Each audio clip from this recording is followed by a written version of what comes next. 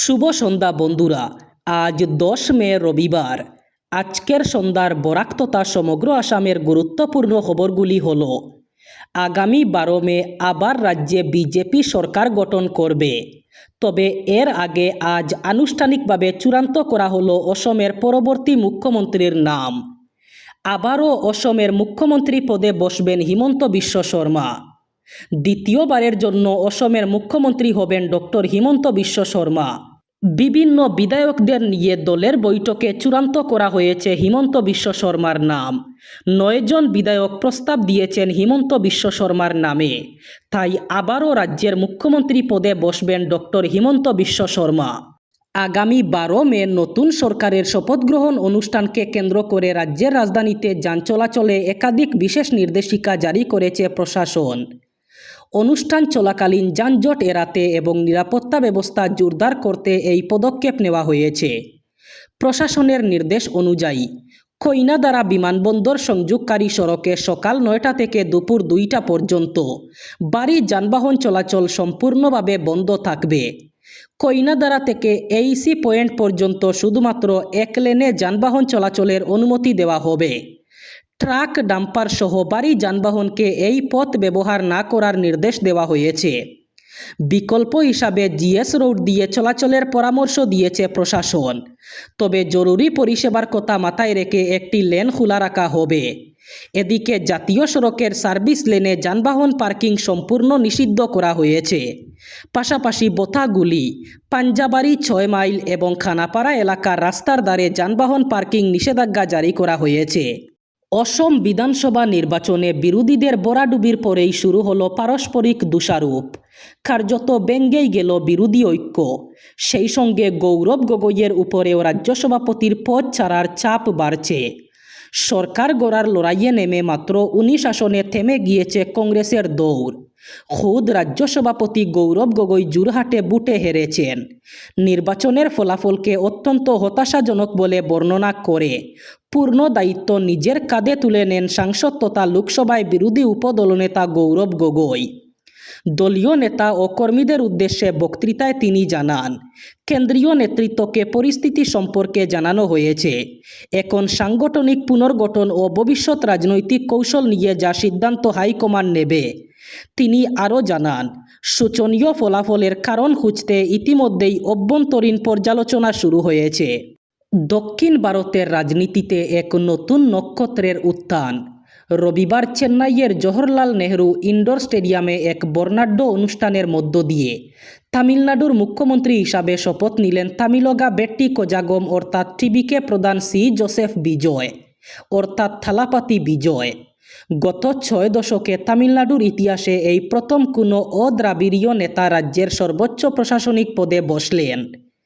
এদিন সাদা শার্ট ও ব্লেজার পরিহিত বিজয়ের মুখে আমি সি জোসেফ বিজয় শপথ বাক্যটি শোনা মাত্র স্টেডিয়াম জুড়ে সমর্থকদের উল্লাস আছড়ে পড়ে। এই মুহূর্তটি ছিল বিজয়ের সিনেমার পর্দায় কোনো দৃশ্যকেও হার মানানো এক বাস্তব রাজনৈতিক জয়। অনুষ্ঠানে বিজয়ের পাশে উপস্থিত ছিলেন তার আবেগপ্রবণ বাবা মা। রূপলী পর্দার দীর্ঘদিনের সহ অভিনেত্রী তৃষাকেও এই ঐতিহাসিক মুহূর্তের সাক্ষী থাকতে দেখা যায়। আর মাত্র একদিন পরে রাজ্যে সরকার গঠন করবে বিজেপি। তৃতীয়বারের জন্য বিজেপি সরকার গঠন করবে রাজ্যে। এবার শপথ গ্রহণের পরেই রাজ্যে অবৈধ বাংলাদেশি এবং বেদখলকারীদের উপর চলবে অ্যাকশন। ইতিমধ্যে তালিকা প্রস্তুত করেছে প্রশাসন। প্রস্তুত করা হচ্ছে বুলডোজার। এবার আর নো কম্প্রোমাইজ। শপথ গ্রহণের পরের দিন থেকেই অবৈধ বাংলাদেশি এবং বেদখলকারীদের বিরুদ্ধে বুলডোজার অ্যাকশনে নামবে প্রশাসন। তালিকা রেডি, এমনই জানিয়েছেন মুখ্যমন্ত্রী হিমন্ত বিশ্ব শর্মা। বিধানসভা নির্বাচনে কেন হলো এত শোচনীয় হার?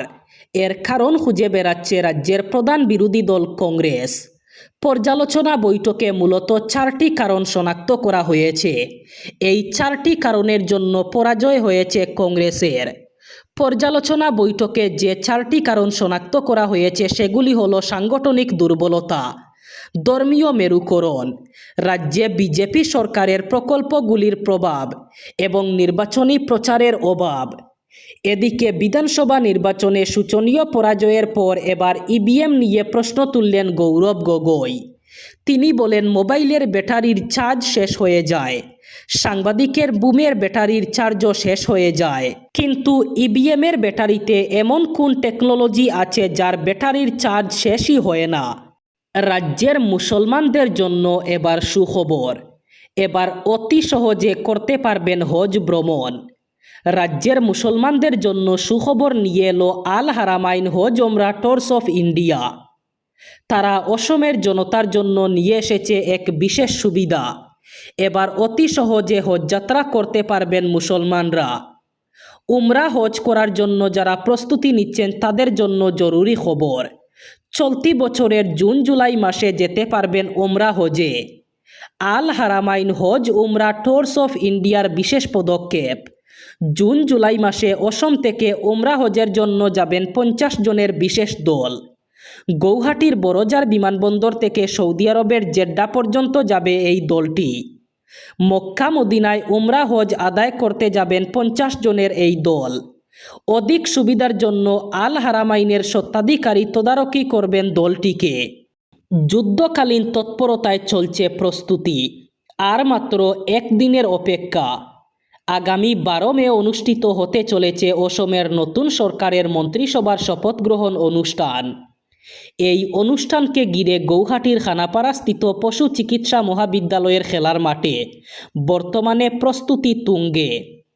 জানা গেছে 12 মে সকাল 11টায় ওই মাঠেই অনুষ্ঠিত হবে নতুন সরকারের শপথ গ্রহণ। ঐতিহাসিক জয়ের পর টানা তৃতীয়বারের মতো রাজ্যে সরকার গঠনের প্রস্তুতি নিচ্ছে বিজেপি নেতৃত্বাধীন এনডিএ জোট। বর্তমানে ভারপ্রাপ্ত মুখ্যমন্ত্রীর দায়িত্বে থাকা ডক্টর হিমন্ত বিশ্ব শর্মা নিজেই শপথ গ্রহণ অনুষ্ঠানের প্রস্তুতি তদারকি করছেন। রবিবার বিকেলে তিনি খানাপাড়ার অনুষ্ঠানস্থলে পৌঁছে প্রস্তুতির বিভিন্ন দিক পর্যালোচনা করেন। পাশাপাশি সংশ্লিষ্ট আধিকারিকদের সঙ্গে বৈঠক করে সার্বিক ব্যবস্থাপনা সম্পর্কেও খোঁজখবর নেন। ভারতীয় জাতীয় কংগ্রেস কোনো সাম্প্রদায়িক শক্তির পরামর্শে চলবে না। জনগণের আস্থা তৃণমূল সংগঠন এবং আদর্শের শক্তিতেই আগামী দিনে আরও শক্তিশালী হয়ে ফিরবে কংগ্রেস। এমনই মন্তব্য করেছেন শাহাদত আহমদ চৌধুরী। রাজ্যের রাজনৈতিক অঙ্গনে আবার শুরু হয়েছে তীব্র বাকযুদ্ধ। এআইইউডিএফ প্রধান বদরুদ্দিন আজমলের সাম্প্রতিক মন্তব্যকে কেন্দ্র করে এবার সরব করিমগঞ্জ জেলা কংগ্রেস মিডিয়া ডিপার্টমেন্টের চেয়ারম্যান শাহাদত আহমদ চৌধুরী। কংগ্রেসের ভবিষ্যৎ, ধর্মনিরপেক্ষ আদর্শ এবং সাংগঠনিক শক্তিকে সামনে রেখে আজমলের কড়া সমালোচনা করেন তিনি। একই সঙ্গে স্পষ্ট বার্তা দেন, কংগ্রেস কোনো সাম্প্রদায়িক রাজনীতির কাছে মাথা নত করবে না, বরং জনগণের আস্থা এবং আদর্শের শক্তিতেই আগামী দিনে আরও শক্তিশালী হয়ে উঠবে।